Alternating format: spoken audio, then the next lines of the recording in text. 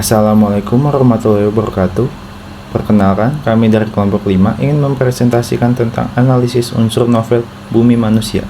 Sebelum itu, nama saya Arya Lutfi sebagai moderator. Assalamualaikum warahmatullahi wabarakatuh. Perkenalkan, nama saya Runisa. Di sini saya akan menjelaskan penulis dari analisis unsur novel Bumi Manusia, yaitu Pramoedya Anantatur, yang lahir pada tanggal 6 Februari 1925 di Blora, Jawa Tengah, India. Pramoedya menempuh pendidikan pada Sekolah Kejuruan Radio di Surabaya, kemudian bekerja sebagai juru ketik untuk surat kabar Jepang di Jakarta selama pendudukan Jepang di Indonesia. Ia sudah banyak menulis buku-buku bersejarah, namun beberapa karyanya sempat dilarang oleh pemerintah Indonesia. Salah satunya adalah buku berjudul Bumi Manusia, dikarenakan dianggap meresahkan masyarakat hingga membahayakan Pancasila sebagai ideologi bangsa.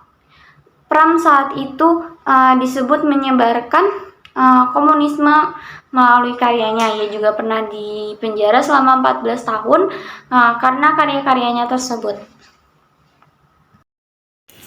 Selanjutnya ada bagian sinopsis. Nah, dari novel Bumi Manusia ini mengisahkan kehidupan Minke, yaitu siswa dari HBS, Sekolah Menengah Atas, dengan pengantar bahasa Belanda. Minke yang merupakan satu-satunya orang Indonesia di antara siswa Belanda mendapatkan kesempatan dari pemerintah kolonial untuk bersekolah di sana karena ia adalah keturunan dari priai. Novel ini juga mengisahkan alunan cinta Minke dengan analis Putri Herman Melema dengan Nyai Ontosoroh dan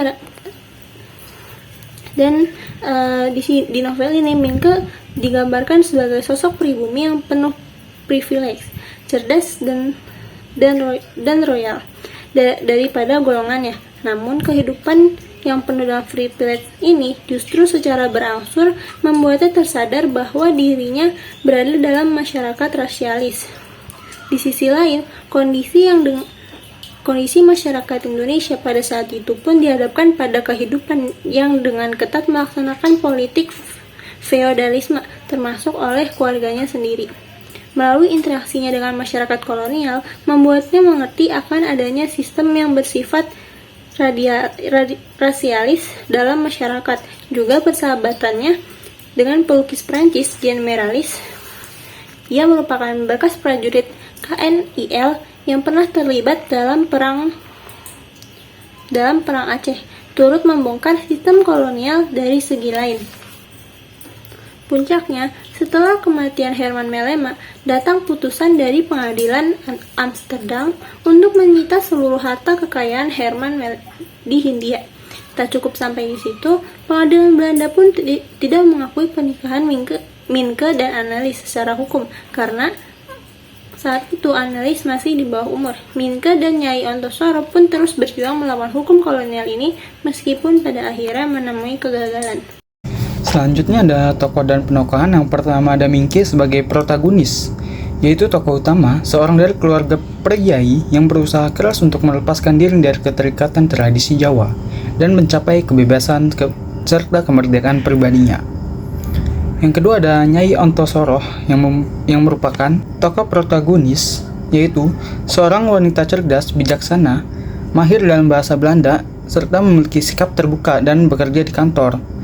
Yang ketiga adalah Annelies, tokoh protagonis, seorang gadis cantik Eropa pribumi yang pemalu dan lugu. Meskipun berasal dari campuran darah, dia sering mengenakan busana gaya Jawa, khususnya batik. Meskipun cerdas, menurut Minke, Annelies tetaplah gadis yang lugu.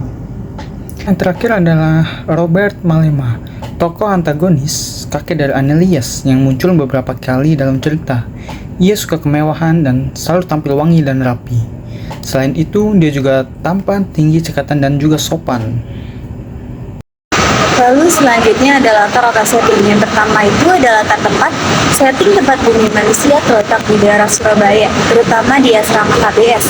Akan tetapi, sebagian besar setting berada di rumah Annelies di sebuah bukit resort atau perkebunan milik Tuan Melema di daerah Wonokromo, Surabaya. Lalu yang kedua itu ada latar waktu atau suasana. Novel ini menceritakan kehidupan zaman kolonial Belanda yang terjadi antara tahun 1998 hingga tahun 1918. Masa ini adalah masa munculnya pemikiran politik etis dan masa awal periode kebangkitan nasional. Masa ini juga menjadi awal masuknya pemikiran rasional ke Hindia Belanda. Masa awal pertumbuhan organisasi-organisasi modern yang juga merupakan awal kelahiran demokrasi pola revolusi Prancis. Baik, selanjutnya ada amanat dari novel Bumi Manusia. Novel ini tuh menceritakan pergerakan, perjuangan, dan juga semangat pemuda Indonesia di masa itu. Jadi amanatnya, seorang terpelajar itu harus sudah berlaku adil sejak dalam pikiran apalagi dalam perbuatan. Bahwa hidup adalah perjuangan di mana kekuatan jiwa bertarung dengan segala kemampuan dan ketidakmampuan. Sekian, terima kasih.